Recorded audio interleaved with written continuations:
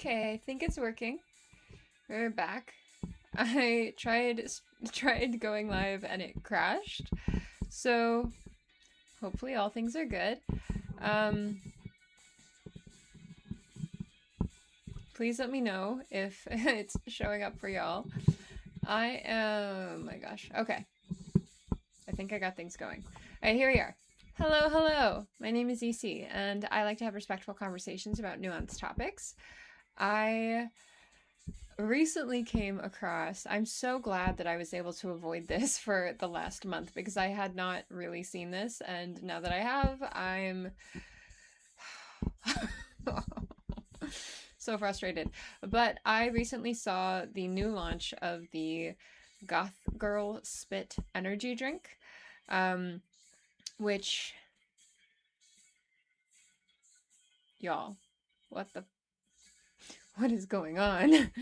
um, I am, suffice to say, not impressed. But I decided to look at the content that had led to this launch of this new energy drink. And it was a dating show that was one of those online YouTube dating shows. Um, and it was using a group of content creators who I believe may also be involved in S work, but I'm not 100% sure. But are certainly utilizing S work adjacent components to promote themselves. And they have also shown up consistently on various other content groups. What? Oh no, I'm getting a weird notification. Sorry, y'all. Let's see if this is going through.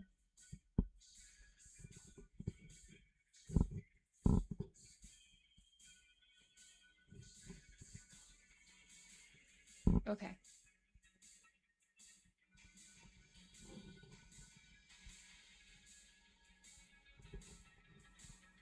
All right. I think I'm live. Think we're good.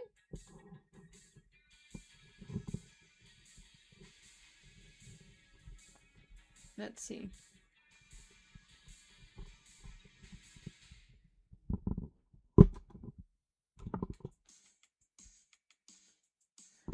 Um.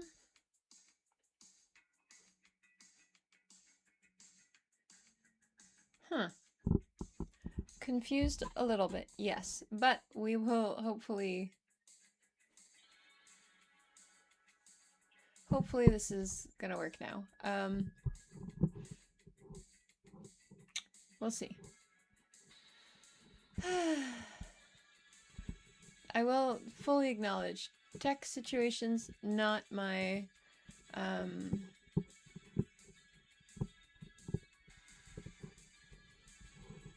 not my forte. And if things don't work especially well,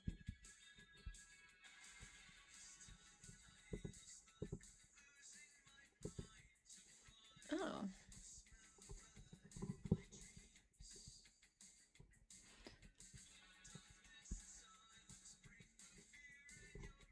Let me see. What I would love actually is anybody who is watching at the moment, if you're in chat, could you let me know if you can see me, if things are working? And if not, I will start the stream over and try again. Definitely having an interesting experience with this process.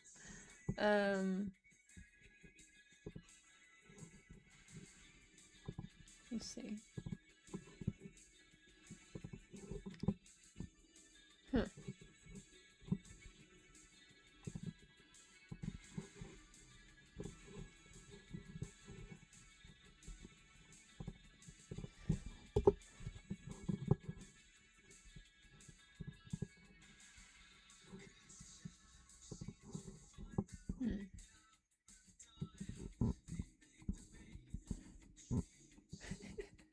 Let me know if this is working all right. I'm a little surprised. Okay, cool. Weirdly, for some reason I can't see the chat, but I'm here. Oh, hello, hello. Okay, now I can see something. Hello, hello. And thank you so much. Thank you, thank you. Thanks, dude. I do actually play. I actually have two, although I don't know if you can. Oh, if you're in the vertical, you probably can't see both of them. But hello, thank you, Angel. Okay, cool. I'm glad it's working. That's exciting. Could you all let me know if I am showing up really slowly? For some reason, it's showing a little bit of an intense latency issue. I do. I'm AI. Oh, Angel. Thanks for informing me. I did not know that. I don't know how to prove to you that I'm not AI. Other than very profoundly not being AI. I'm being horrifically flesh and blood. But thank you. I think that is possibly a compliment. It is slow. Okay. So what is going on with this thing? This is my very first time vertically streaming. So, oh, everything is normal for you. Oh, that's good. Okay. I literally look like your sister. Ah, Drew. I think that Drewvy. I hope that is a compliment. I'm yeah. Okay. So, I wanted to talk about the new energy drink, the Goth Girl Spit energy drink, because I am pretty incensed, to put it mildly. I'm very, very frustrated. I did end up watching the entire dating show that was the not so subtle soft launch of that drink. There was a contestant on that show who worked for Monster. It is a Monster collaboration energy drink. And yeah. And of course, the guy who worked for Monster won.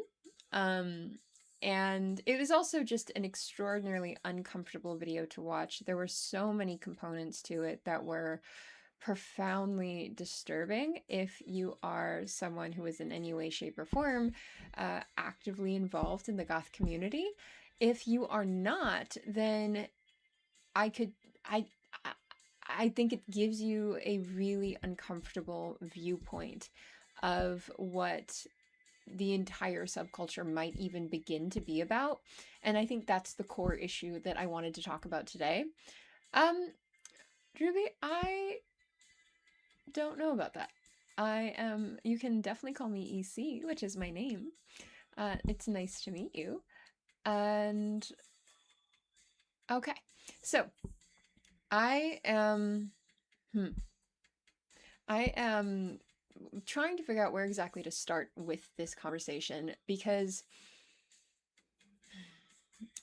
the anger is so profound. But it's essentially my consistent issue with this is that there were so many core issues with the way that this entire skit was structured. It's a scripted dating show that was created to platform a few different things. One was a group of content creators who have started to explode online, who have been content creators, I imagine, for quite some time. There was some discussion of there being certain controversy in relation to certain issues with DV about the main content creator who was the main I guess person on the who was being the focus of the show.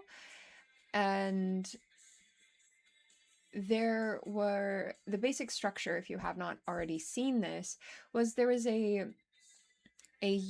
I don't know if it was YouTube specific, but there was an online dating like episode, and it was supposed to. It's a series that is. Hi, Zenitsu. Hello, hello. It's a series that is, I think, supposed to be controversial inherently, very much clickbait, possibly rage bait. I would argue it's rage bait, where it creates certain stereotypes about various forms of struggles within the dating community. Hi, Aqua. Hello.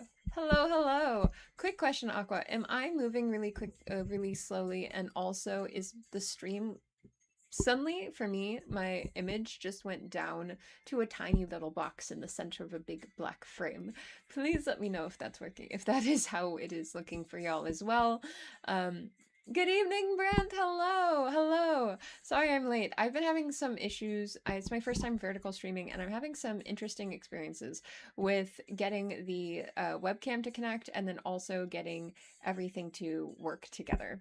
Um, Surprisingly, I also, for some reason, cannot see the chat unless I am on a very separate. Thank you, Angel. I also realized I didn't see some of these. Um, it's small for you too. Huh. What is, you know what? I wonder if it is different on, because I'm streaming both horizontally and vertically at the same time. So I am very curious as to whether or not that is affecting this whole process. I'm going to do something. I might have to turn the music off, but I'm going to be just, maybe it's an internet issue. We'll see. Um, and thank you so much for the little hundreds. That's really sweet. I know that the image on the traditional horizontal structure is supposed to be fine. I don't know about vertical, but we'll see. Oh, okay, Aqua. So if hopefully I guess, I guess you would have the ability to tell if I'm how it's working out, but I'm not quite sure what's going on with this, but it's already crashed a couple of times. So here we go.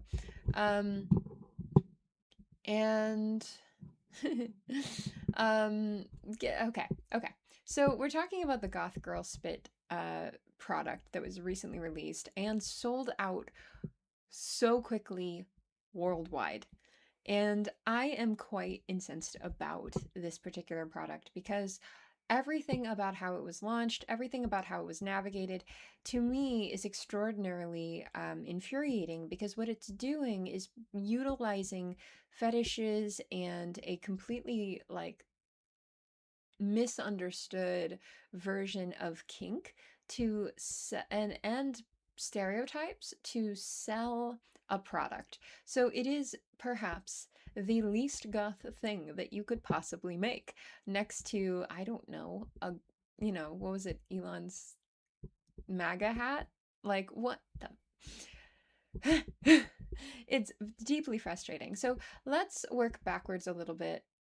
um, Hi, Casey. Yes, you're right. It's a lot of like frustrating stereotypes. And anytime there's been also online discourse after this release and after the dating show that soft launched the idea for this into the generalized public. So I want to go in a little bit, I want to go backwards, talk about the dating show, and then also discuss how that led to the release of this monster collab energy drink. And um yes, hi. Vess, hello, hello. Hi, Miss Bear. How are you? I'm so glad I remembered your username. Ah, yes.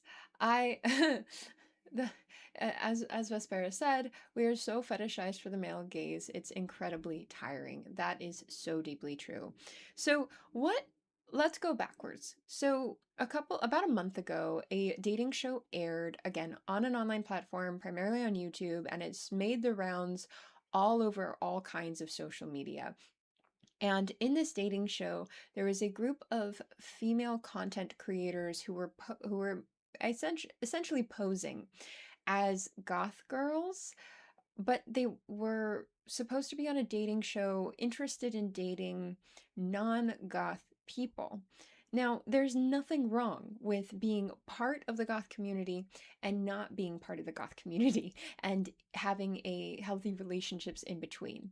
Um, Oh my God, no way. Vespera also says, also to add, I believe Monster Energy was sponsoring Trump's UFC spectacle outside of the White House last weekend. Ooh, that is an oof. That's a really big component of this entire frustration around this group of content creators that was being, I guess, platformed by this particular dating show.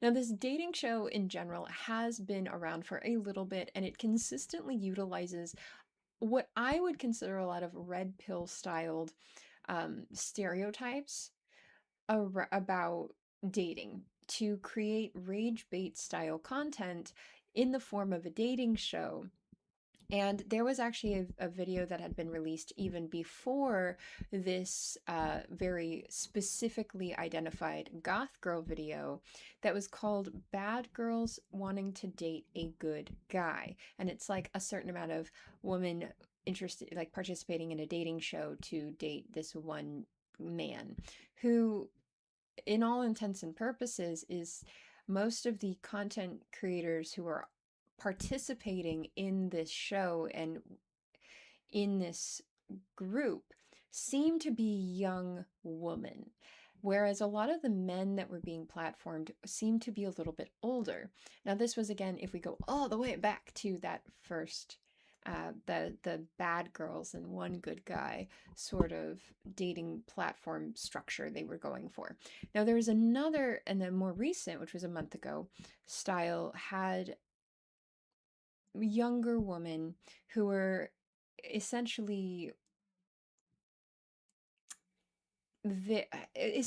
there to vet a group of men that had been selected to help their friend find love. And um oh, no worries, Casey, no worries. And the men that were brought out for this dating show were all various forms of very purposely kind of problematic. Um, they were supposed to be representing, I think, various expectations around stereotypes of what people who are very comfortable in avoiding the very oh, awkward. Thanks. People were very comfortable in avoiding. Oh, you mean that? Yeah, no, don't worry, Casey. Your sister didn't say anything bad. No, don't worry about it at all. It's totally fine.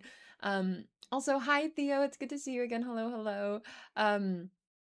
Right. So we're talking about the Goth Girl Spit and working backwards a little bit to what led to this. And there was a dating show that aired a month ago, another dating show that had also been put together by the same group who were, again, utilizing a group of content creators to propagate certain stereotypes about a subculture they very clearly have no interest in exploring and don't care about at all. And that actually gets me quite annoyed because the method in which these stereotypes are being propagated is so. Yeah, I did, Aqua. I did. Sorry. Um, the method in which these stereotypes are being propagated is extraordinarily damaging because what ends up happening is a larger scale effect than what people want to realize in the moment. So let's talk through what all of that means. So you have this dating show. This is you start with the bad girls looking for one good guy. And they originally in the title indicate it's bad girls, which what does that even mean? Also, why girls and not women? Um, Looking for a good man. What makes a good man? Is it style? Is it like because the structure of what they're using to create these categories is only based on the clothing style and the supposed uh kind of kink related I behaviors of the contestants being involved. And the good guy was just kind of this random man. Um yes, actually Brant brings up, it reminds me of the whole Sydney Sweeney bathwater soap thing, which is so weird. Exactly. So it's this very fetishistic, frustrating thing that creates a larger scale problem down the line for people who are wholly uninvolved in the original creation. So we're going to kind of work through that a little bit so we can explain how we get from point A to point B. So you have one dating show, it creates one idea, it basically floats and tests how far this kind of content can go. And then it is built upon with the next dating show because they very quickly transition from bad girls looking for a good guy to goth girls looking for a new love. And they're like, have a bunch of different contestants. So it's like 7 men being tested for one goth girl. Yes, Brant. Let's see. Gwyneth Paltrow did that, yes, with her candles. She had a private physical part uh, candle that was supposed to smell like her specifically, and it sold out so quickly. Also, Gwyneth Paltrow, I have another note about her that absolutely drives me nuts. She recently released an ad for a high-rise luxury building in um, Israel that is supposed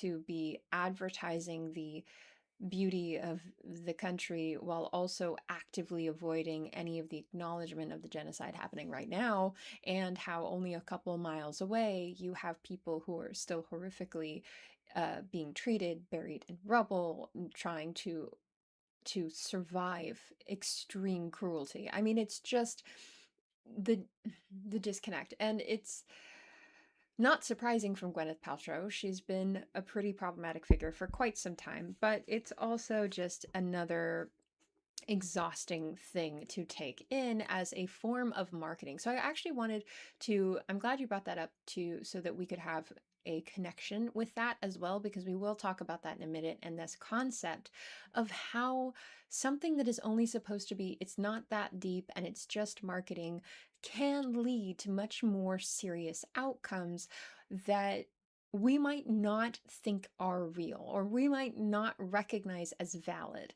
if they don't um if we don't feel like we're personally affected. And you're right, Brant, it definitely sounds like a joke, right? A Spencer's joke. I saw there was a really amazing creator. Her name's Angela. I had it written down. um Angela Benedict. Ah, I love her videos. She's an incredible creator, and she did a couple of response videos exploring the issues with this particular launch and the dating shows themselves that I highly recommend you watch. They're on YouTube, and she, again, is an incredible creator who has been in the community since she was a kid, and she's, a Gen Xer. So she has a lot of experience living I think even pre-internet and post-internet, and seeing the changes that the internet has wrought on the social consciousness of the subculture she's involved in. Um, Brant, I don't know how many people buy this as a joke. I think that's a good question. Unfortunately, I don't know if many people are buying it fully as a joke, because one of the things I wanted to do in today's stream, but I couldn't get to work with OBS today, was I went on a bit of a rampage trying to find all of these different kind of, like, the people who were talking about the product itself, and I was noticing a really frustrating pattern, and I'm going to talk about that in just a second. So let's go back to kind of breaking down what was going on within this dating show and how this worked as a um, not so subtle but also interestingly subtle marketing ploy, and led to what is now this sold out product for Monster Energy and their collaboration. So there was that original video that was kind of a testing ground, utilizing an entire group of content creators who are also launching themselves as personal content creators. Some of them do, in fact, work on OF as S workers. That is not the issue. The issue is that these people are not in any way involved in the goth community, but they are utilizing alternative aesthetics to market a fetish around the community. Um, yeah. Uh, Gallows, you, Angela, Angela Benedict? She's a very fantastic and intelligent person indeed. I do agree. Thing to keep in mind during my streams, I would absolutely appreciate it if we could remember that we have no idea how old anybody in the chat is and anybody watching this is. So keep in mind that, please don't say things that wouldn't be comfortable to be said in front of a child. Um, and if I have to explain why, I think you need to take a step back. But I think that should be clear enough. So that is my one comment in that regard. So let's get back to this conversation. So the there was a initial kind of testing ground done through this dating show utilizing a group of content creators who are all very young women. Aqua, sorry. Who are all very young women who are also trying to or are fitting various fetishistic standards that are associated with S workers. Um, no, Casey, you have don't worry about it. You're totally good. Ah, no, Aqua, I'm so sorry. I'm so sorry. But you also have these creators who are then launching their own careers as creators in tandem with their, I guess, bop careers. And there again is nothing wrong with being an S worker. I think it is very clear that anyone within the goth community, alternative communities, many other communities have fully supported S workers for much, much longer than it has been socially acceptable, especially long before OF. Um, Thank you, Theo. Yeah, today's a doozy. Today, oof, I've been seething. I've been seething with rage. Oof. Say that like it's a joke. It's not a joke. Anyways, but so let's see. They have, you again have these group of content creators who are borrowing aesthetics and oh, hey! Hello, hello, hello. It's been a minute. Borrowing aesthetics from a subculture that largely is a subculture because it's also been profound, has very profound political tenets, social tenets, and rules of engagement around how to respectfully interact with others. And they are being very much pushed aside in favor of a recent fetishization around this style of the subculture. And so you're seeing, again, this one particular company is really doing a lot of work to create that fetishization on a mass scale within the internet space. Oh no! Sorry, Aqua. Sorry, sorry. Um, but okay, so there was again that one video started out as this the bad girls with the one good guy. Um, Started out as the testing ground, and then they went full throttle into this dating show that was specifically identified as goth girls who were auditioning different men to be their one particular person's newest love interest or romantic interest. Again, this is a heavily scripted show. There's nothing being said within this that is not already approved, edited, like rewritten. All of it is purposely structured. And the host of the show is somebody who is kind of was a guy posing as someone completely unaware of the goth community and um also supposed to kind of be the objective observer and the host. And the people that were being brought on as the dating contestants were one, all as to all appearances cisgendered men.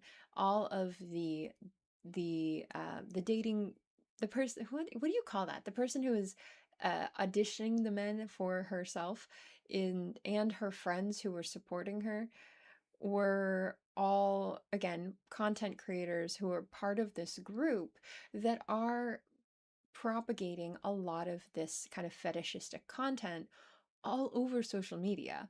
Um,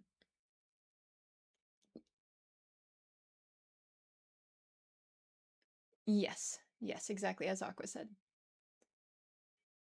Okay, so yeah, yes, okay. Sorry, just checking in on some stuff with chat. Okay, here we go.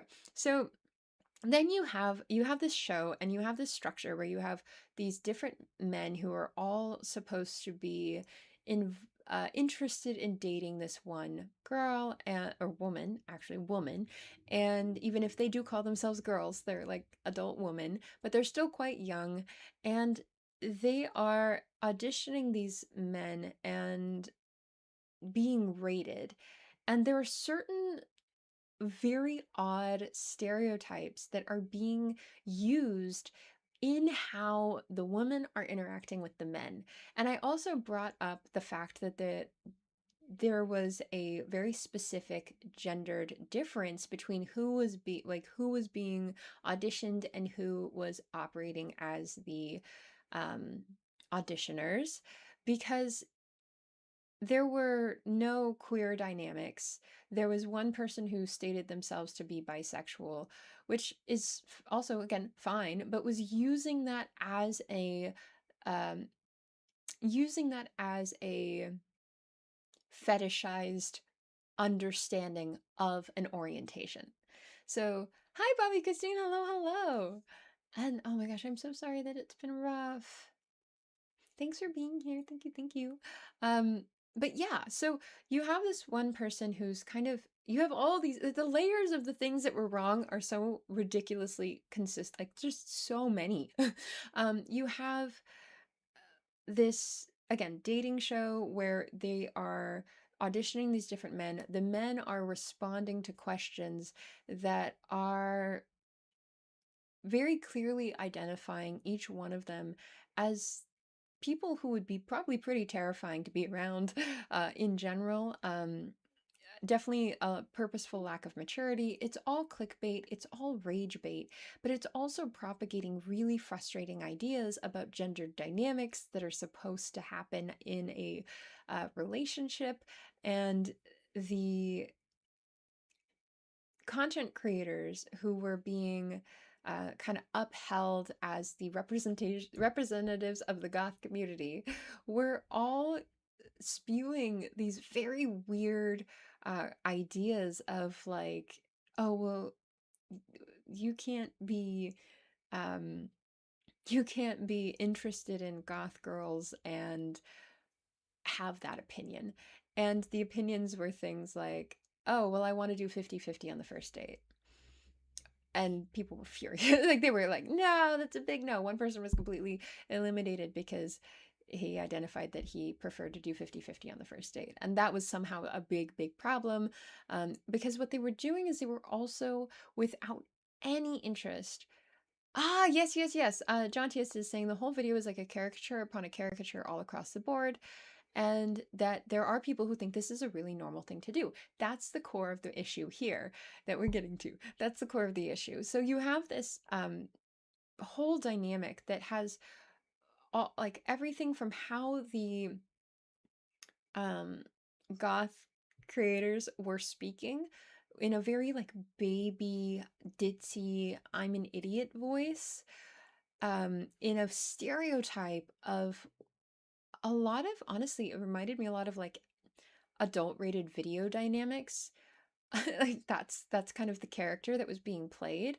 You had like the stereotype of the dommy mommy who was the main person who was auditioning the different men, and they even had them do like kink related content like spanking and uh, it was very odd. It was very odd.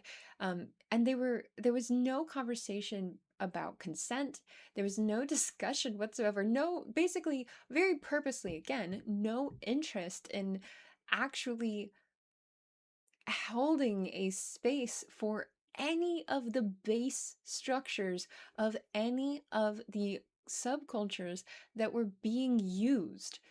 There was no interest in exploring any of the reality and only in creating this fetishized content. And at the end of the day, the thing that I realized was, as I was watching this video, aside from it literally making me want to throw up the entire time, is that the person who was acting as the host was also very, not so subtly, hinting that they should make a Monster energy drink called Goth Girl Spit. Lo and behold, a month later, what do they release? That exact thing. It takes months and months and months and months of preparation to release products, create the marketing for it, execute the marketing, create the material, and also have the ability to ship out that material and create the demand. All of that takes months. So every single step of this process was the marketing plan. This stuff has been around, has been in a, you know, been in process for a very long time. And they are very purposely presenting it as if it is just this new, exciting thing that they're just releasing. And that is obviously, I know, we all know marketing is purposely lying to us in order to get us to buy the product. But there is something to me that is very insidious about the way that this is being utilized in the modern day, where, we used to have, what was it, there was like jokes about product placement in movies, there's jokes about product placement um in certain kinds of social media. You're supposed to identify clearly when something is an ad.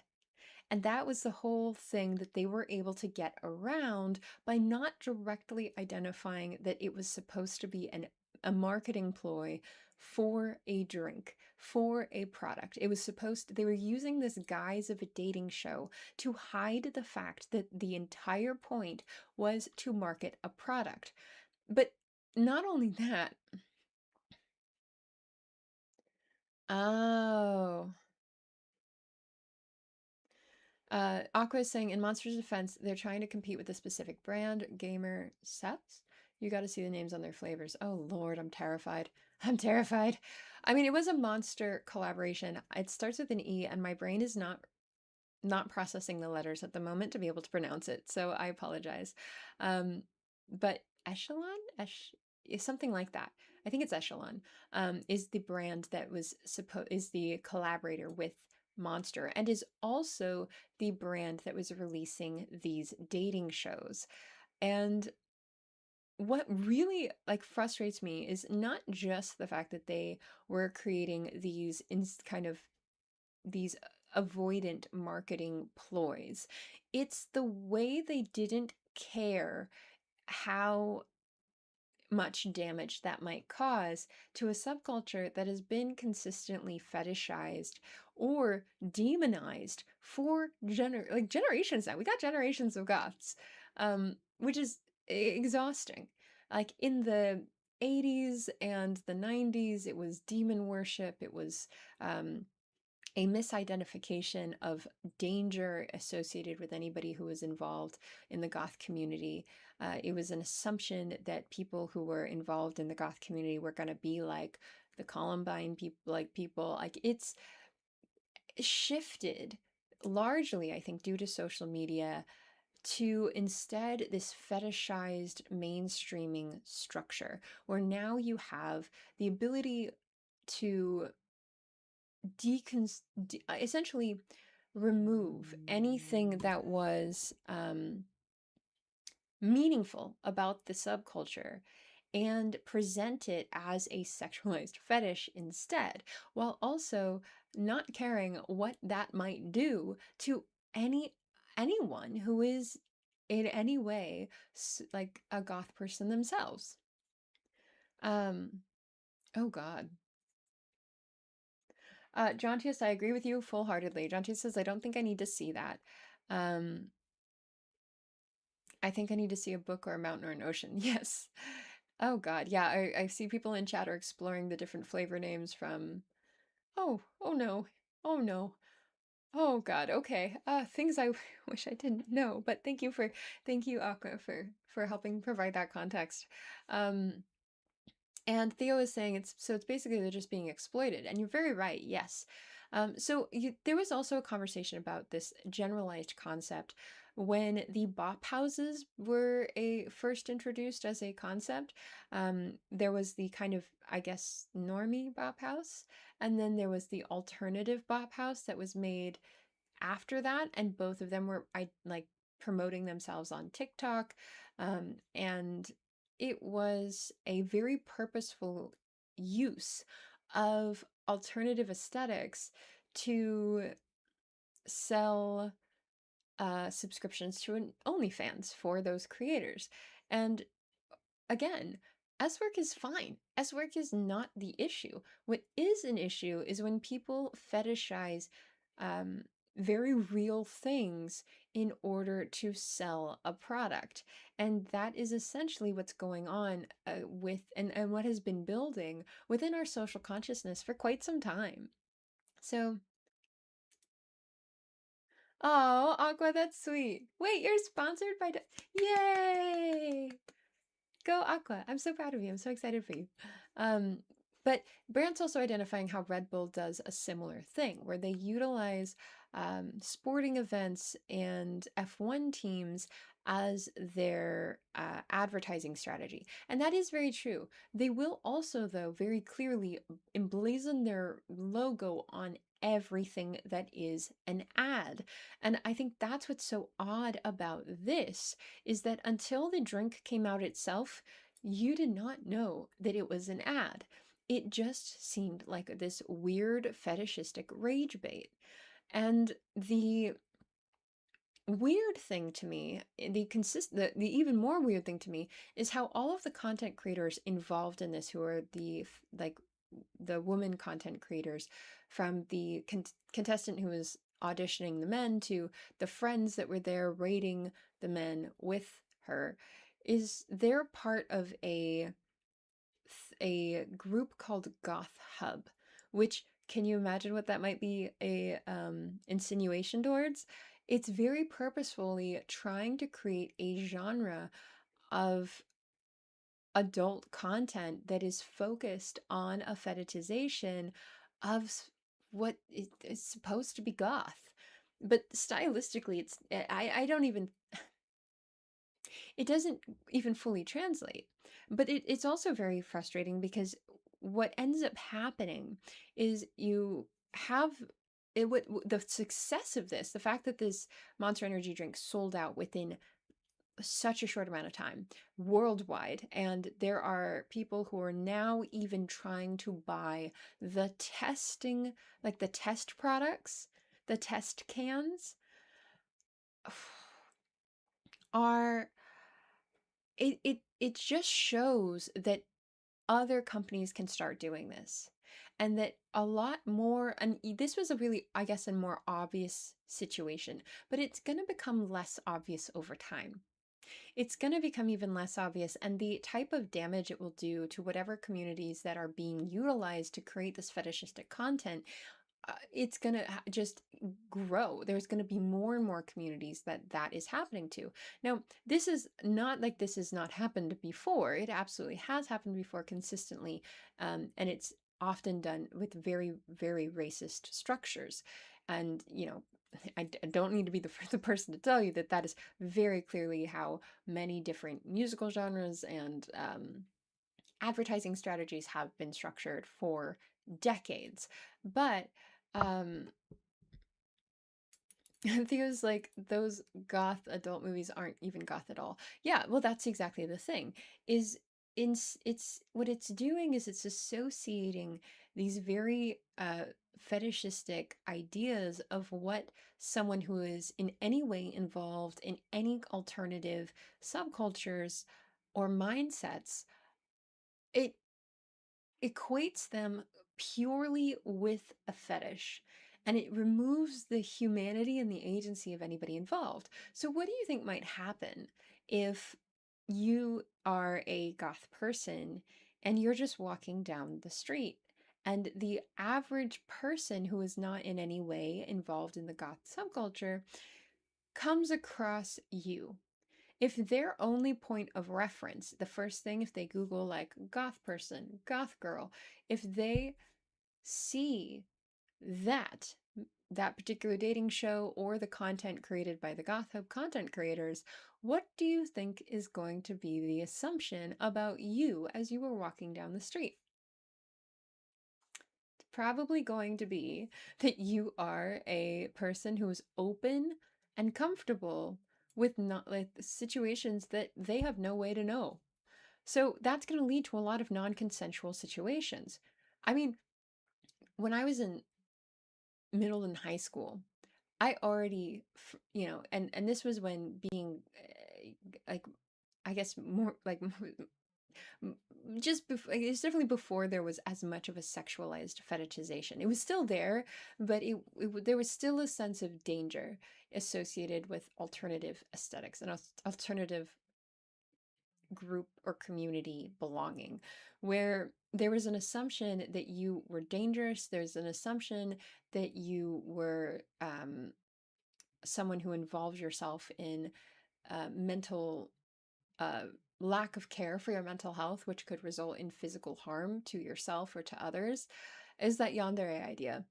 And also a sense of like unhealthy relationships with your parents. I mean, there was so many expectations, and the kids around me used to me think that that meant that it gave them permission to do things to me that I had never consented to and I was actively not comfortable with. So, and that was before it was as popular as it is now. So now that you have figures like Drake who are saying, yeah, I really want a goth girlfriend, who don't know anything about what goth means. Like, I don't think there is a self respecting goth person who would have any interest in Drake. I'm going to say that now. I really don't. Um,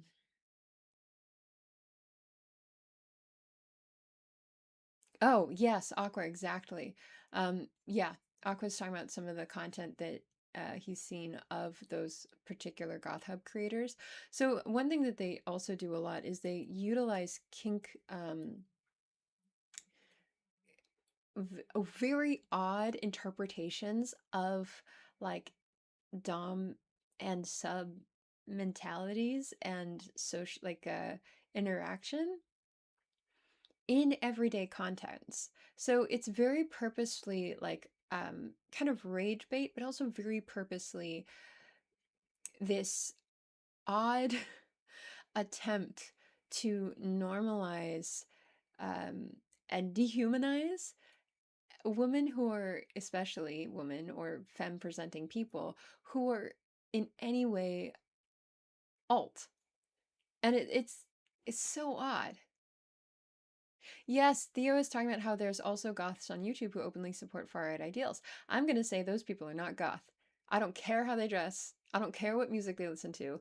If they, for any reason, think that it is acceptable to support alt-right stuff, if you just found Jake Monroe, first off, I'm sorry. That is a terrible experience.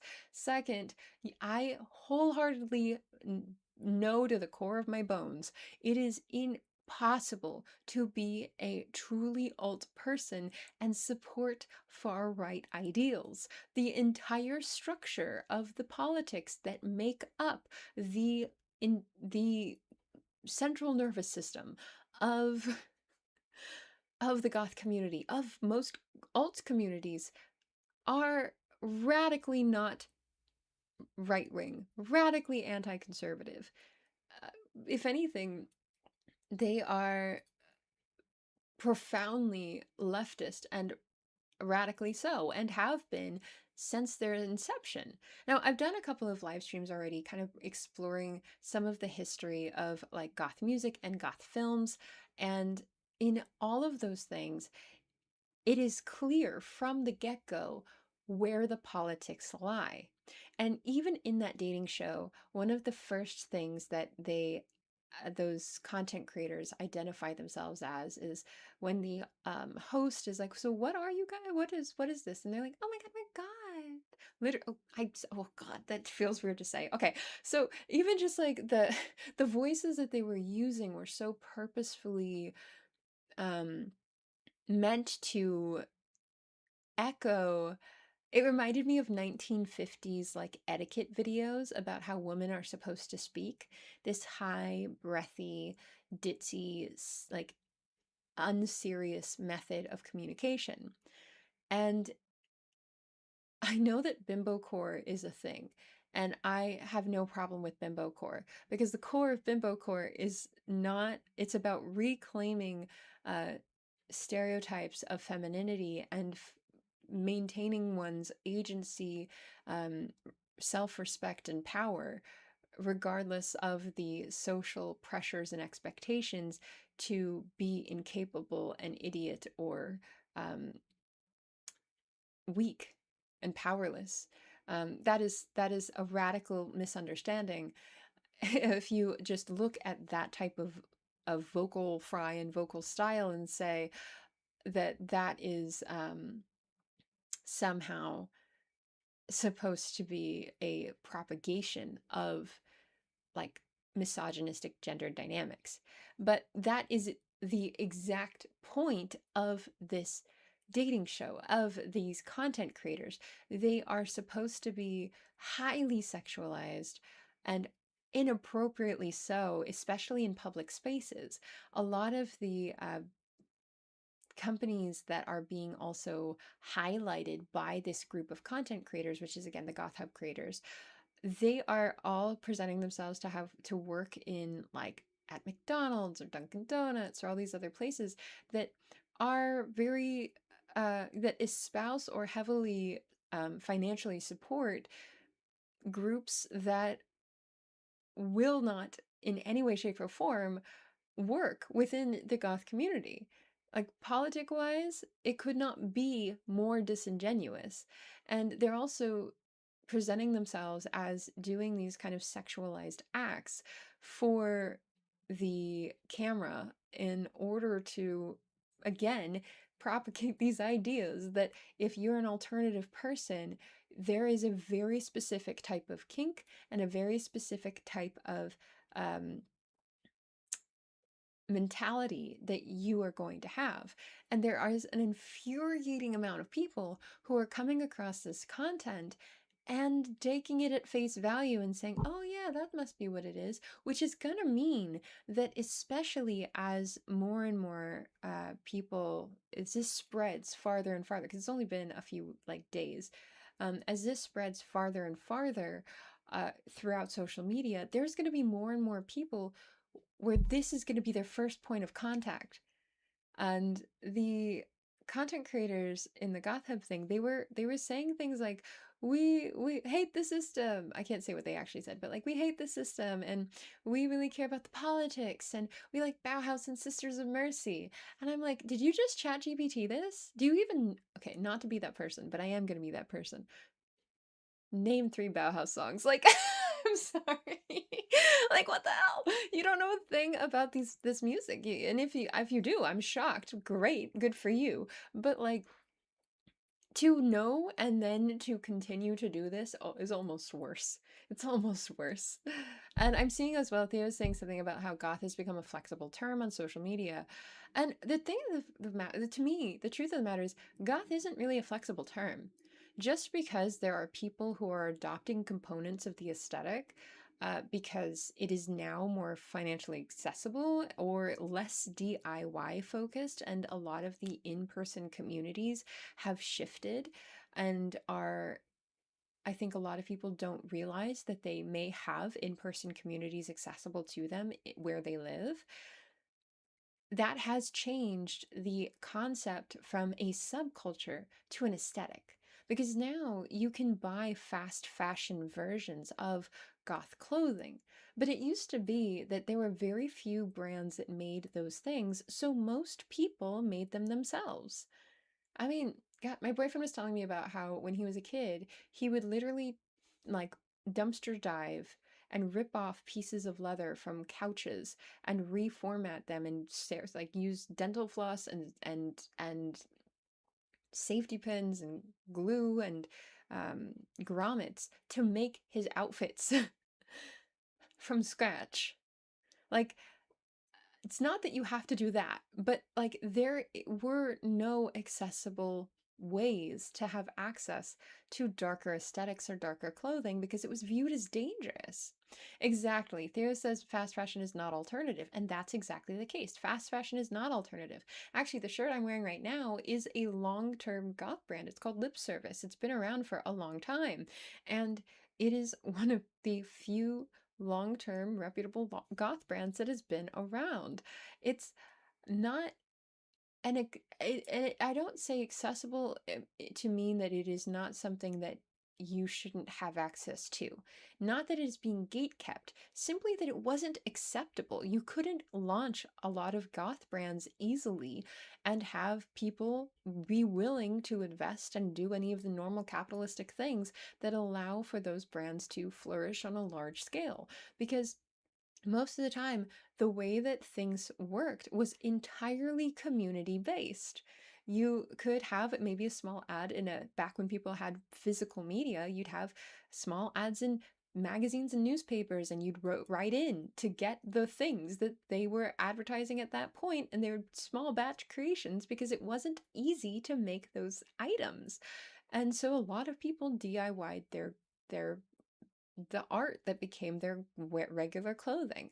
It was a huge and is still a huge component of what it is to be part of the community. It's learning how to make things for yourself outside of the traditional methods of capitalism, of financial transaction. There's a whole community of bartering that is also done through a mentorship process where elders teach younger people how to make their own things, how to find music, how to connect to other people, and operate as actual mentors. There were full community systems all throughout the entire world with that is what the goth community is founded on and made out of. That came from the punk community and has been and the, that's a whole story.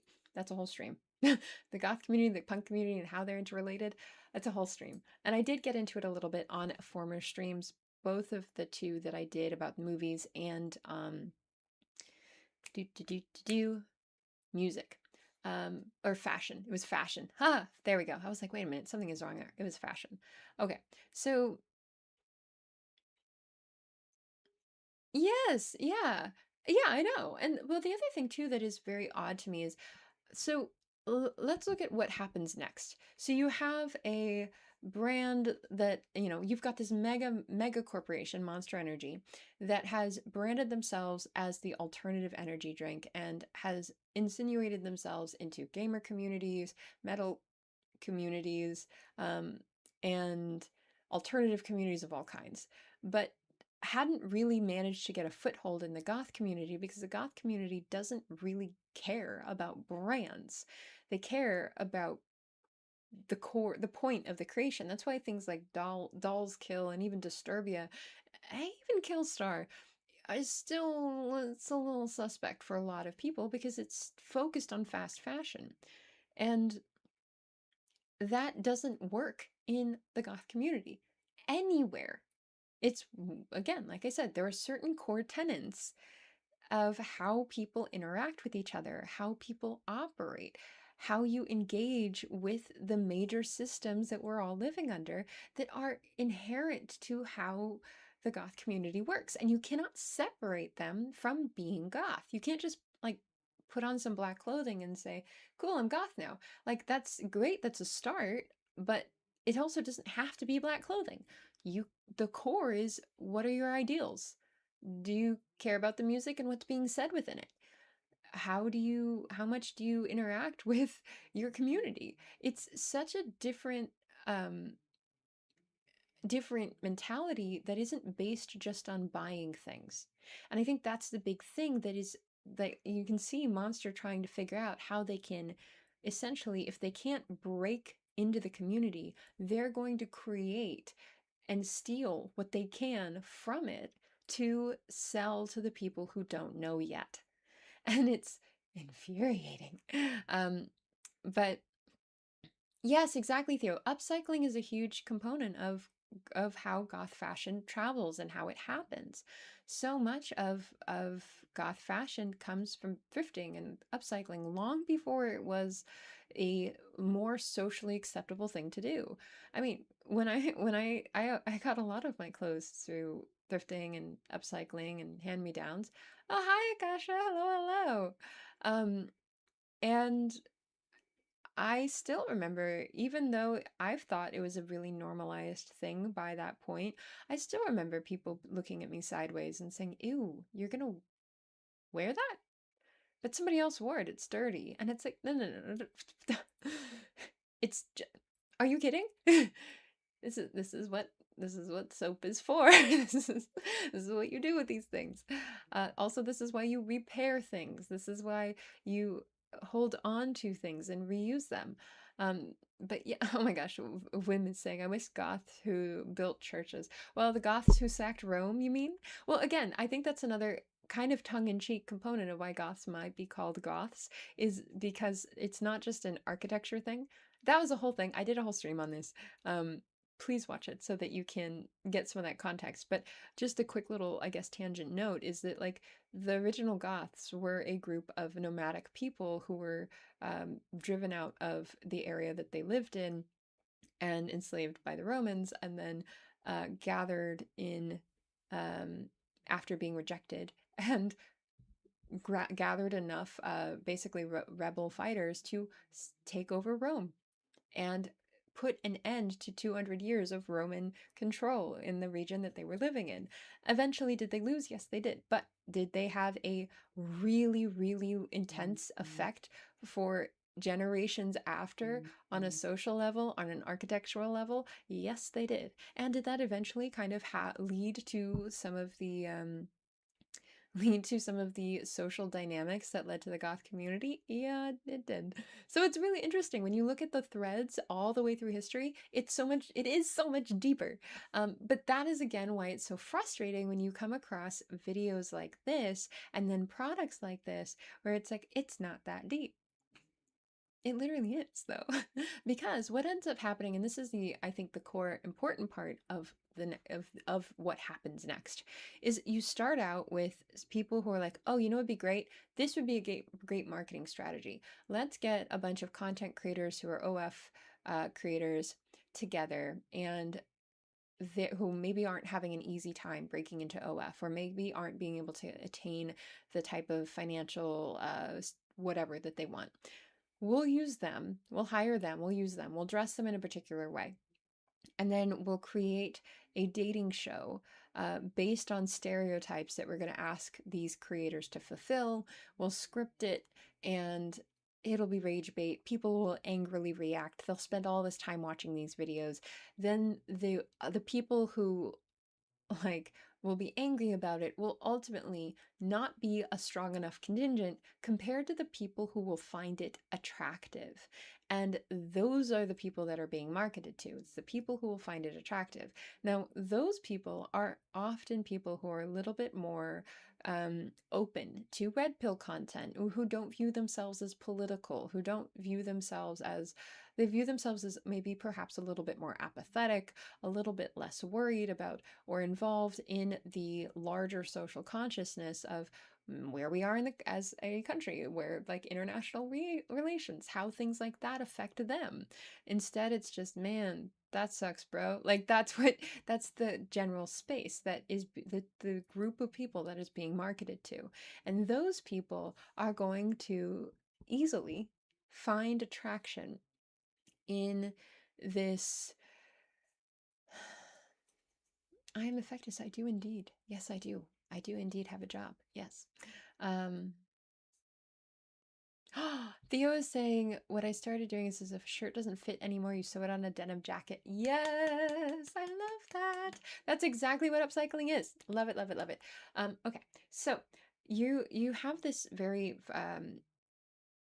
what might to the creators not seem like a big deal. You're using something that doesn't matter to you, which in this case is an aesthetic of goth something, but it's mostly e-girl but in all black, and using like like fetishized stereotypes.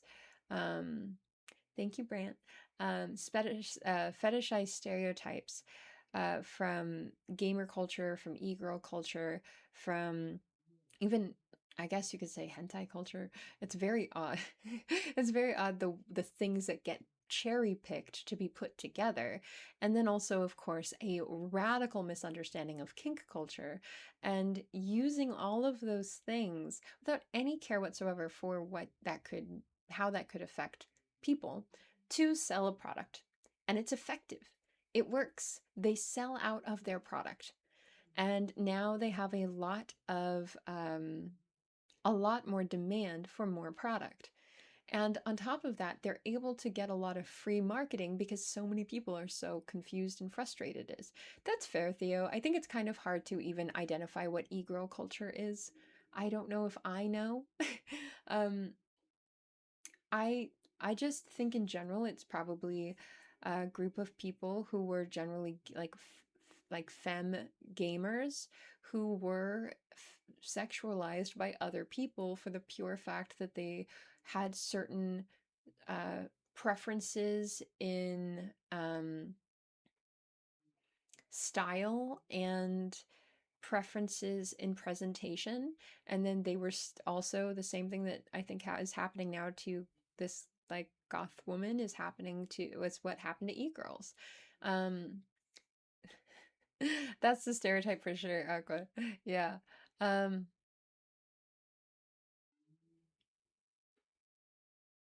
Cool. That's an interesting question. I um hope I'll remember to circle back to it, because that's an interesting question. I don't think I've ever been asked that before.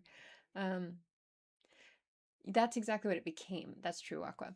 Where it became a fetishist, basically a fetishized version of a femme gamer who liked traditionally high femme things, but was comfortable in a gaming community, which is historically can be extraordinarily misogynistic. Um, so the same thing is now being repeated for goth woman, and it's specifically women, because you don't see this really happening to goth men. You do see this happening to goth women, and you see this like very specific stereotype of very a very aggressive and very specific expectations for how that woman is supposed to exist. She's supposed to be ditzy. She's supposed to be kind of silly. She's supposed to be um, highly sexual and very interested in the kinds of like kink activities that are seen as a little a little what's the word? Interesting concept, Tama. Um, but yeah, a little what's the oh my god, why is my brain forgetting what this word is? Um, Not exactly regressive, but challenging for others. And done in a way that makes it feel accessible and acceptable specifically to very specific groups of men.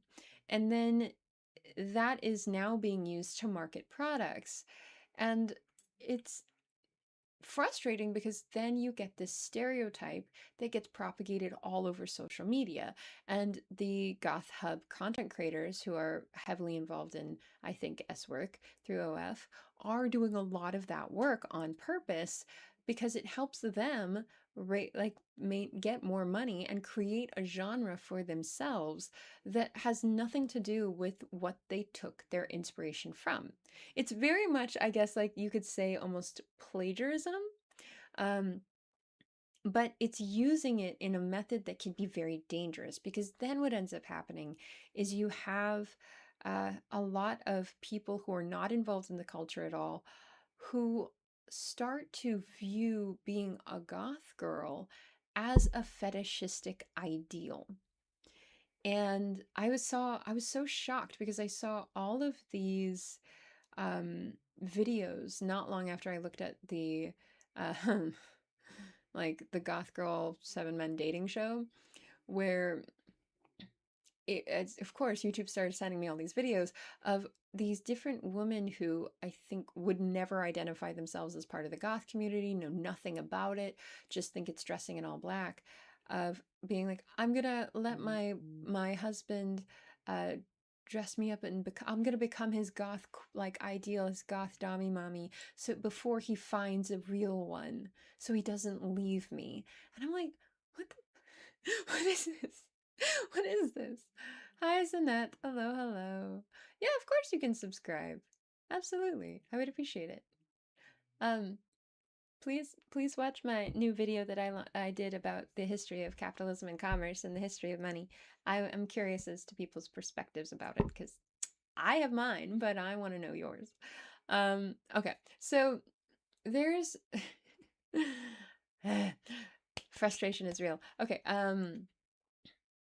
there is a growing genre now of people who are going to identify this highly sexualized, highly fetishistic, complete misunderstanding of kink culture as being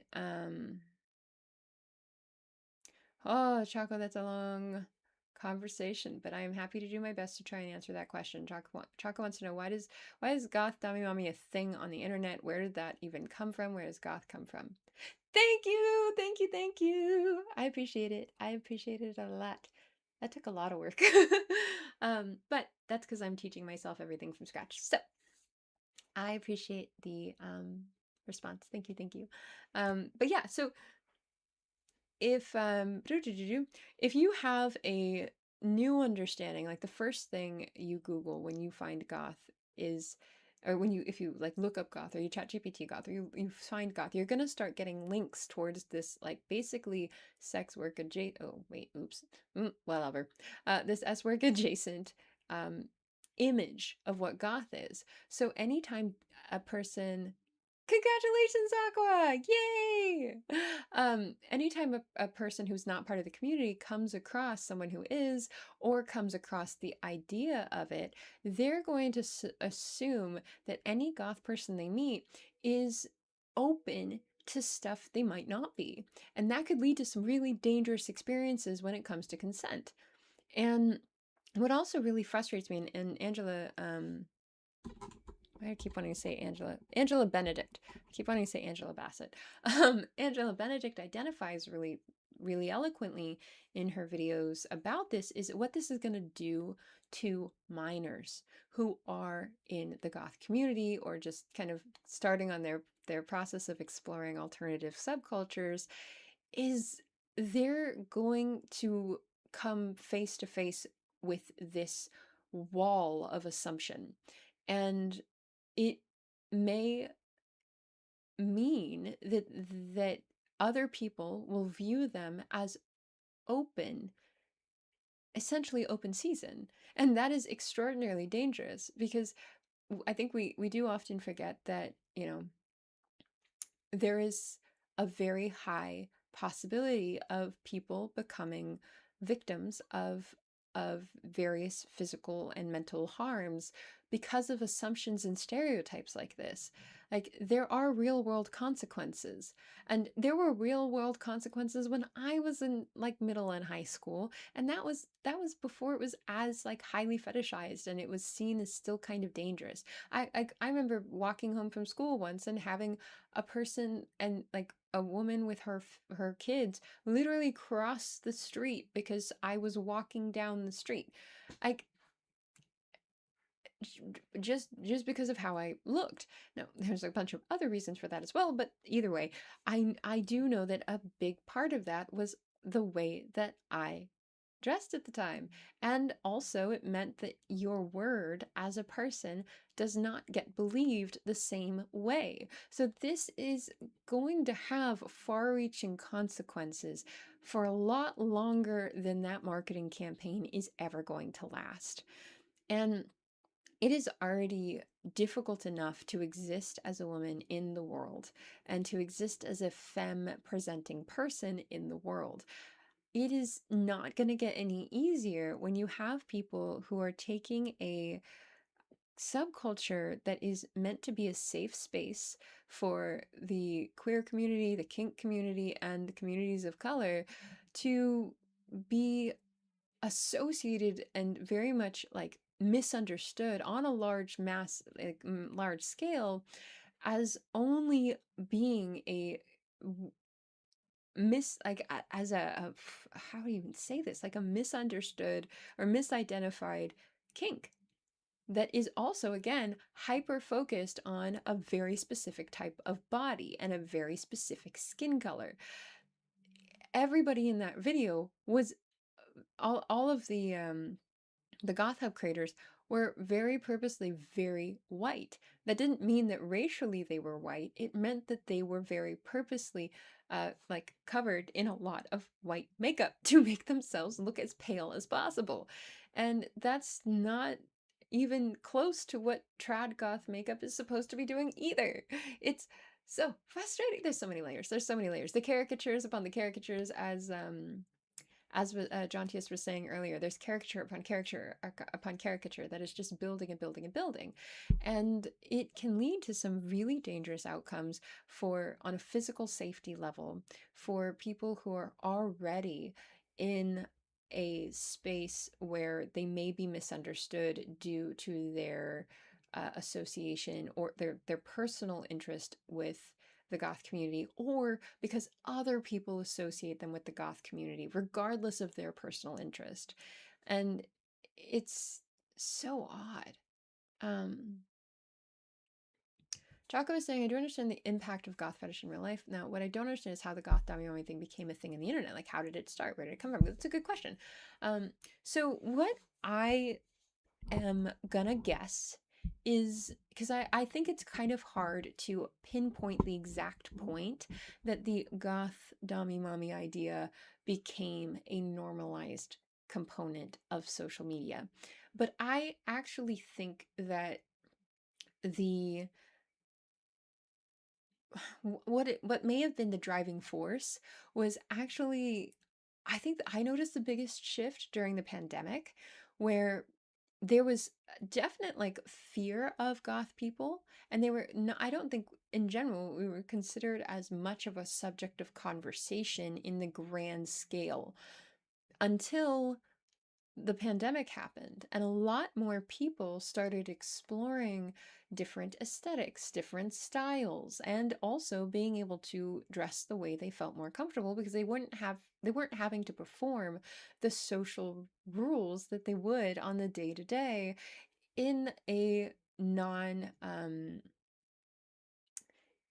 like in a non work from home or school from home environment. So you did have a rise in people interested in exploring a goth subculture. And you also had a lot more people sharing information on things like TikTok. And that was a really good thing. I actually think that was a really, really good thing. But inherently, what happens whenever um, information does end up getting shared is you also then have people who are looking to market off of that information. So certain things were also being explored that hadn't really been explored in the same way on the social media landscape. And that includes certain TV shows people were rewatching from childhood and identifying, like, oh my God, you know who I was really inspired by? Actually, it was that one kind of goth character. And goth characters show up in media from for all ages, from like childhood media through adult media, um, and have since goths have started becoming a social phenomenon. But they weren't often portrayed in the most positive way, and we're often just kind of presented as that weirdo. But as a lot more people were at home, my theory is that when you weren't trying to present yourself externally and were instead just kind of living in a more internal space, it gave people the opportunity to feel more comfortable in the things that before they may have been judged by. And even media they may have been judged by. And as more and more people started to share online, because that was the only way to connect with many other people socially, was more people were realizing that they had similar interests than they thought. And I actually think, um, oh, that's an interesting way to, yeah, I kind of see where you're saying, where you're coming with that. So I see that. Yeah. Okay. So you're saying one of the big reasons is the pandemic pushed goth fashion into more mainstream media, and it inevitably becomes kinks and it's now mainstream. That, yeah, essentially, I think that's a very good encapsulation of the ultimate goal of what I was getting at, is that you have, as is always the case, you have people who are genuinely interested in something, and then you have people who see something from afar and are curious about it, but maybe don't have any negative assumptions. And then you have people who are noticing the groups who are noticing the thing and are thinking, can I market off of this? And that is where we are now. We're at that point where we have people who are wholly uninvolved, uninterested, and do not care what happens as a result of their goal of marketing a concept that they are now looking at as a trending topic. And you also see a really big shift in the type of fashion, the type of aesthetics available to people because of fast fashion, which exploded during the pandemic when everybody went from shopping in person to having to shop online. So all of these stores suddenly realized that there were groups of people who possibly didn't shop online as much, who were now shopping online more, and more people who were getting interested in these alternative fashions, and it led to a overall shift in the generalized spectrum of what's available. And so that leads to more normal, I guess normal, it's a weird way to say it, but like um a lot of brands like Shein or Temu or uh, Ramwi or any of those ones recognizing that if there's a market for something, there's an opportunity to make money. So they capitalized on this new audience. And I think this is really encapsulated by what we're seeing with the whole Goth Girl Spit issue. Now, here's the other thing that I take my God, I've never said extreme umbrage with. Oh my God, this extreme umbrage with is the entire concept of Goth Girl Spit. Because what it's, yeah, yeah, exactly. So Aqua is also saying e-girl also came from the pandemic because it got a lot of views and subs on live streams, and actually the Goth Dami Mommy did well there too. Exactly. I think that's the thing. Social media, through TikTok, through Twitch, you had a lot more people who were getting involved in the gaming community. You had a lot more people who were interested in live streams. You had a lot more people who were um, a lot of people who were again trying to capitalize on what was becoming the trending and popular topic, and noticing what components seemed to consistently get the most reaction. And the more extreme a person looks, the more oh God, Chaco, I'm so sorry you didn't know about this. I'm glad that you didn't know about this. I'm sorry I have to inform you. So there was a Monster Energy drink that was released recently in collaboration with a group called Echelon, I think, and they did this marketing strategy that was a little underhanded, where they created a series of dating shows utilizing OF creators. Yes, you did, unfortunately. Yes, Chaco. Um, utilizing like OF creators who are kind of wearing like e-girl goth aesthetics and presenting themselves as goth, to promote this fetishized, highly sexualized view of those creators, using these dating shows with the goal of marketing a drink. The drink being what is supposed to be spit.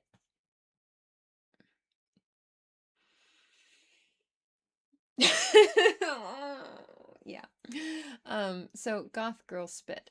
And that comes again from the kink community. Now, in the kink community, there is a range of different kinks, and the whole core tenet of the kink community is consent, respect, nuance, and negotiation. All of those things need to happen before any kink activity takes place, every single time.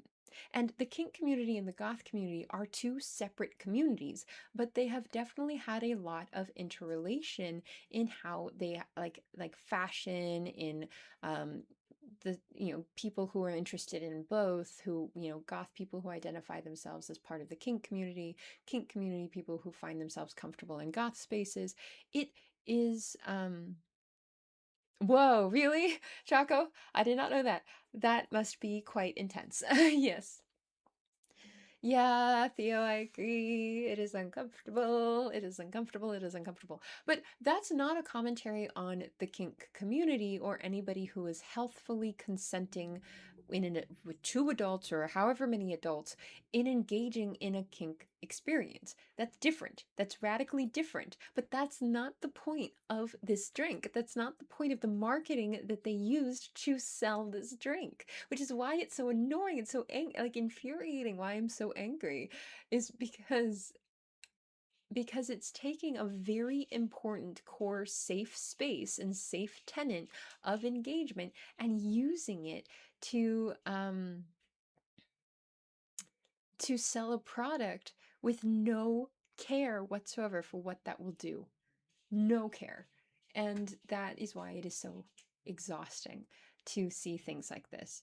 And there is, again, a very purposeful. Oh, that's the other thing that also I think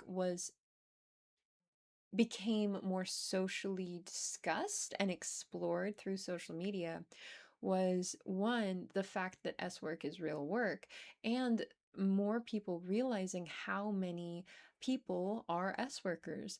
And also, thank you, thank you, thank you, thank you, Gabe, thank you. Um, hey, but yes, um, yes, Chaco, that's exactly the point. You're spot on. That is 110 bajillion% the thing.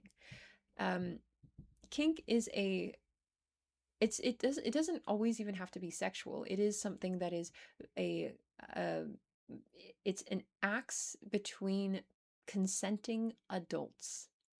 And I don't think if you're a minor, you can be involved safely in kink. Um, you can consent is a different conversation, but that's the whole point. That is the whole point, is that it is supposed to be for people who are fully capable to enthusiastically consent to all levels of what's happening at every point of what's happening. Now, yes, exactly. Aqua says that corporations have found that kink sells even more than the concept of. Yes, exactly. And that's the problem, is we're getting to a point where I think as a community, as a society, oh my God, as a society, we're getting a little inured to the idea of like, can I say that word? Actually, I think so. I don't know. As a whole. And now the next level is to go after kink. And that's really sad because the whole core point of kink is consent. It is respect. No matter how many people are involved or how people interact within those spaces, the core, most important thing is respect and consent at every second of every point. And if people are not consenting, then you cannot consider yourself part of the kink community. That is not kink. And that is what they are trying to completely avoid in this branding, in this marketing. So in the video, also in the dating show, they have a segment where the um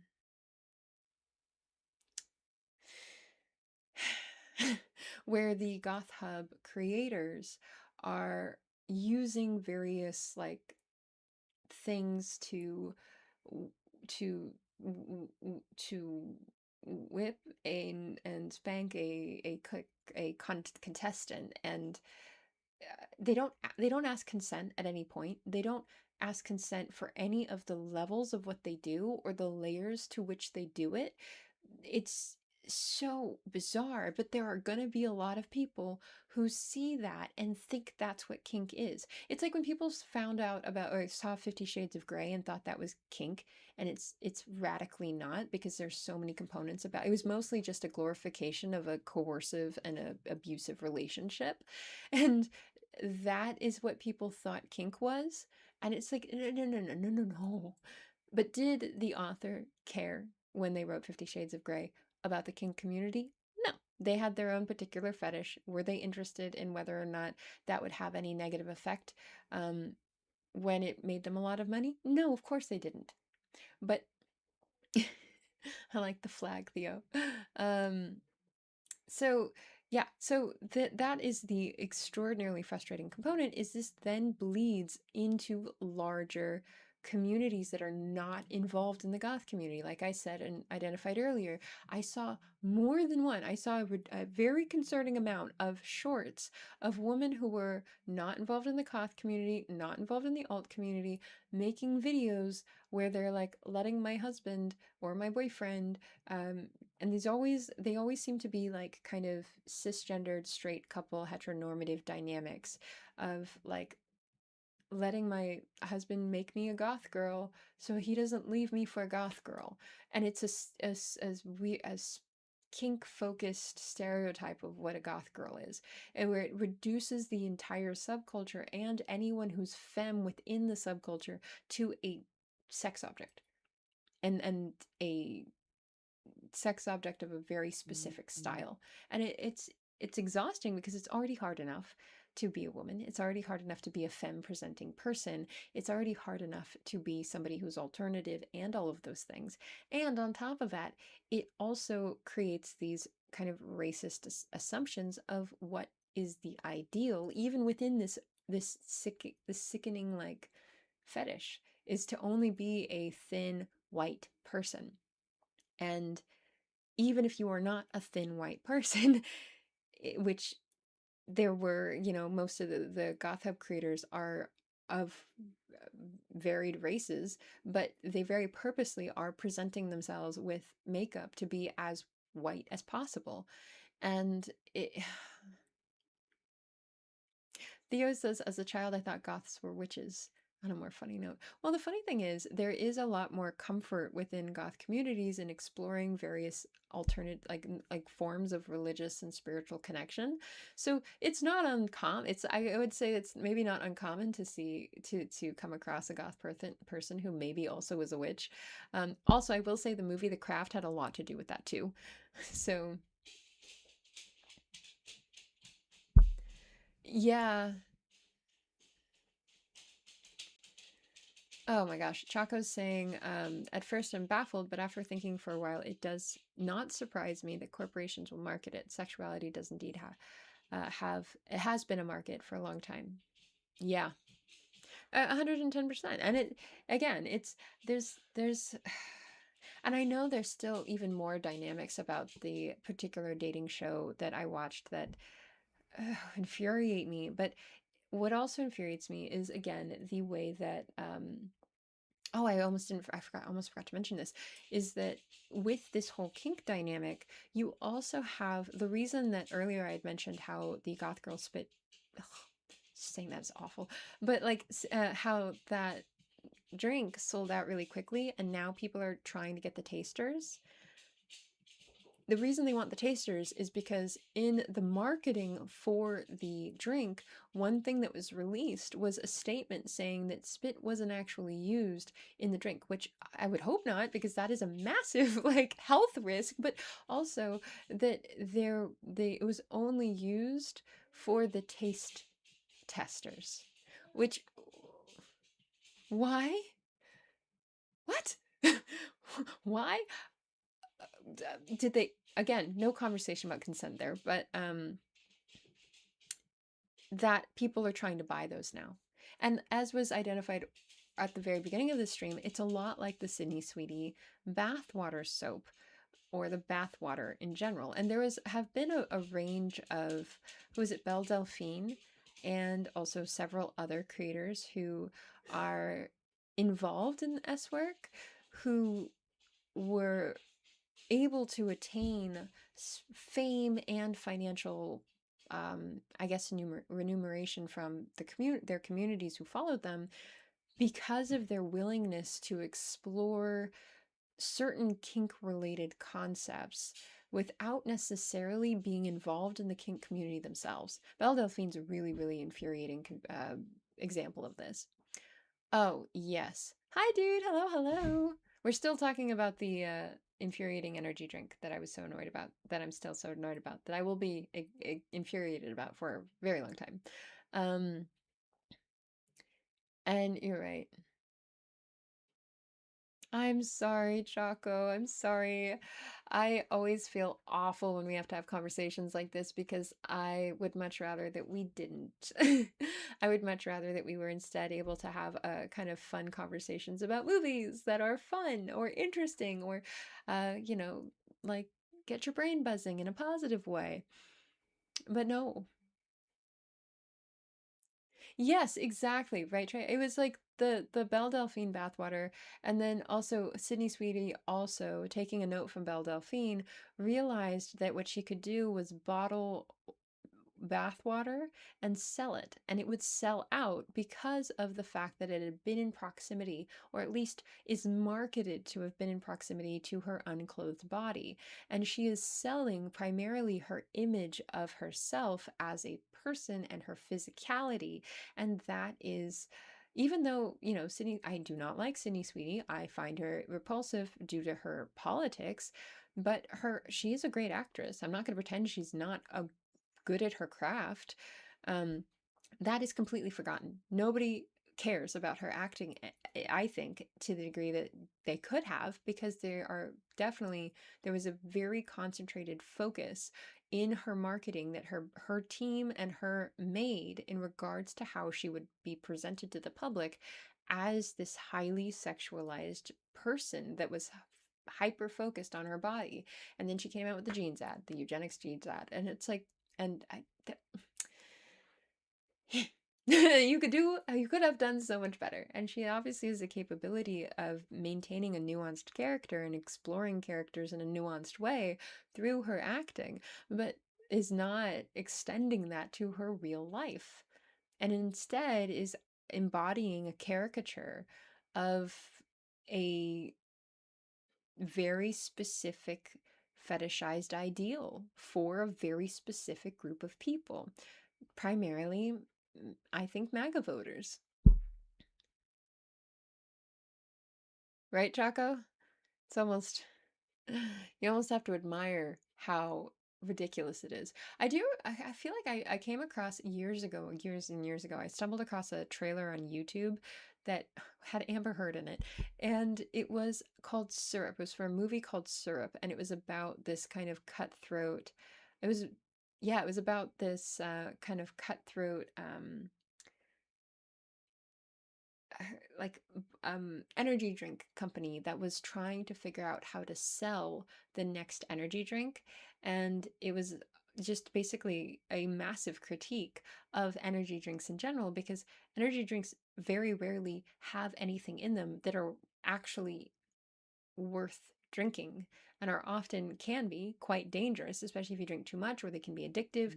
They have a lot less regulation in regards to what's actually safe to consume than the social dynamic of them has. So the social dynamic of energy drinks is often seen as this kind of rebellious, cool thing to do. A large part of that is because of the marketing. So like energy drinks, and it tracks that this is an energy drink that is doing this, that is like the poster child of this, is that energy drinks have done this for quite some time. So in regards to energy drinks, it's not new that they are interested in this very shock value rage bait style of marketing and branding. But what is a little bit newer is the fact that they are going so wholeheartedly after a subculture of people that up until now I don't think anyone has been able to as effectively crack into, because they're not able to sell to goth people, because no, I don't think anybody who's like actively in the goth community has any interest in this. It's disgusting. Not because of the kink that is being used in this. It is more the fact that it is the way it is being misused and uh, identified for the large scale. But the whole concept of the Goth Girl Spit, the energy drink being used by Monster, is exhausting, but again, not new. But what they are doing that's new, that is very, to me, exceptionally dangerous, is they're utilizing social media to create essentially a new adult content genre, fetishizing goth woman or goth femme people, and creating a new norm for what people assume it is to be involved in the goth community. And the Dami Mummy thing has already been so annoying. It's already been so annoying. Um, and so frustrating, and has definitely had negative impact on a mass scale for lots of people. But this is a new low, and very it's very difficult to know what to do with it, because outside of actively obviously identifying what the issues are, one of the only things you can do is try and educate people around you to combat the misinformation that is happening. And I think that that is one of the more pervasive dangers of these types of marketing campaigns, is how many people are going to be hurt until it is finally socially popular enough to understand that this is inaccurate, especially minors.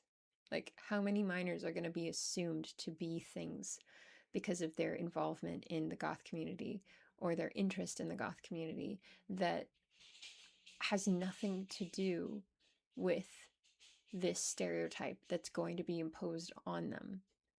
And also, how many parents are then going to look into this if they have no interest or no connection to the goth community, and this is going to be the first thing they see? Again, Angela, oh my god, why did I do it again? Not Bassett. Lord. Benedict. Angela Benedict identified this really well, where she was like, if I was a mom and I didn't know what goth was, and I looked up goth now and this is what I saw, there was no way I would let my kid in any way, shape, or form explore this. And that cuts off a huge subculture and community for a person that might find the exact type of support, mental health support, music, and like expression and creation that is what they need in their life. So there's again so many layers to how this has gone so wrong. Yes, actually, exactly, Chaco. So, Chaco is saying, so you're saying that the goth fetish bathwater or the spit is just like another version of the dragon lady with different packaging and marketing, that the mainstream exploits the vulnerable. 110%, 100 million%, 100 bajillion, now 100 trillion now that we have Elon. Oh God. But yes, exactly. We got a trillionaire before we got universal healthcare. What the hell? What is this? We have one singular human being who has the total financial capability, utilizing his stocks and his financial background and his team of accountants to actively help so many major systems. Won't do it because he wants to be a trillionaire.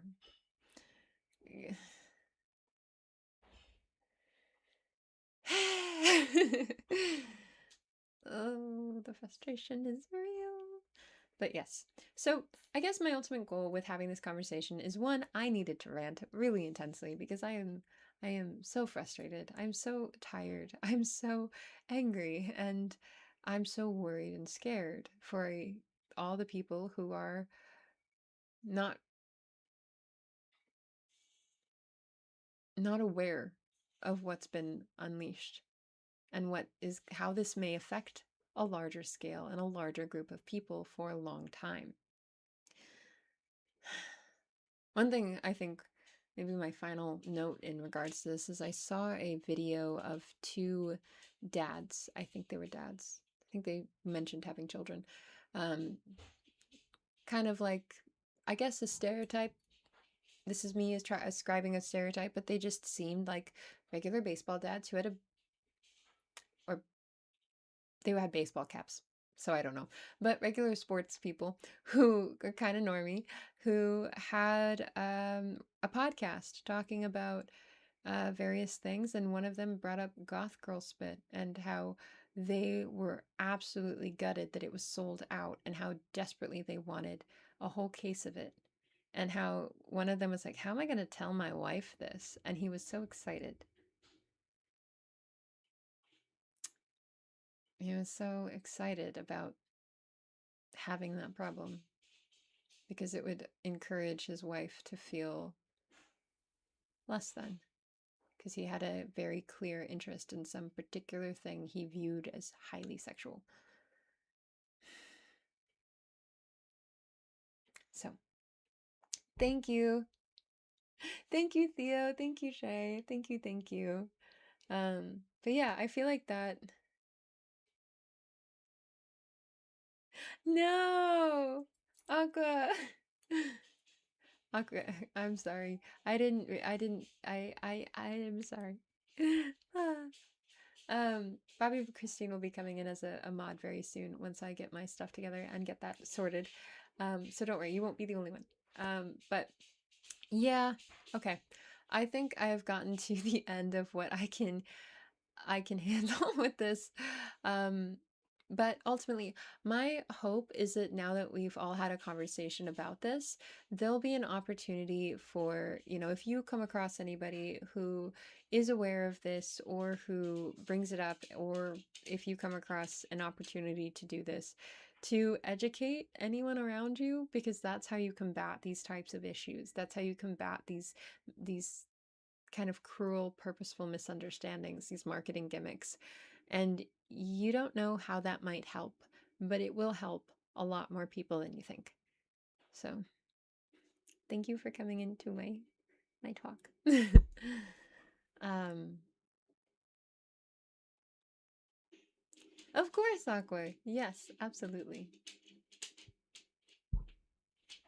Um, all right. Thank you again so much, everybody, for jumping in. I know this was a little bit of a technical experience when I started because I was not sure why this wasn't working.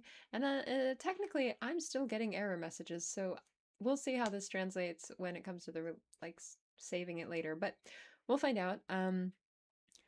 I appreciate you all for jumping in. I appreciate you very much for being here. If you haven't yet, please don't forget to subscribe. I do live streams weekly on Wednesdays, and I'm going to be exploring this vertical video thing a lot more and getting better at it. I did recently release a new actual like long form video, and I'm working on kind of making my next long form video as well. Um, and if you have any topics that you're interested in me discussing, please let me know either in the comments of any of the videos that I do have posted or my live streams. Or you can always join my Discord, which I have linked in my bio, and you can drop comments for topic ideas in my topics for stream thread. So yeah, all right. Thank you, Theo. Thank you, thank you, and thank you, Chaco. I am appreciative that you were able to have this conversation. I'm sorry that you had to learn about it this way. But all right. Thank you all so much for jumping in, and I will see you again very soon. Um yeah, all right. Thank you. Okay. Have a good night and please stay safe, everybody. And yeah, don't forget to subscribe.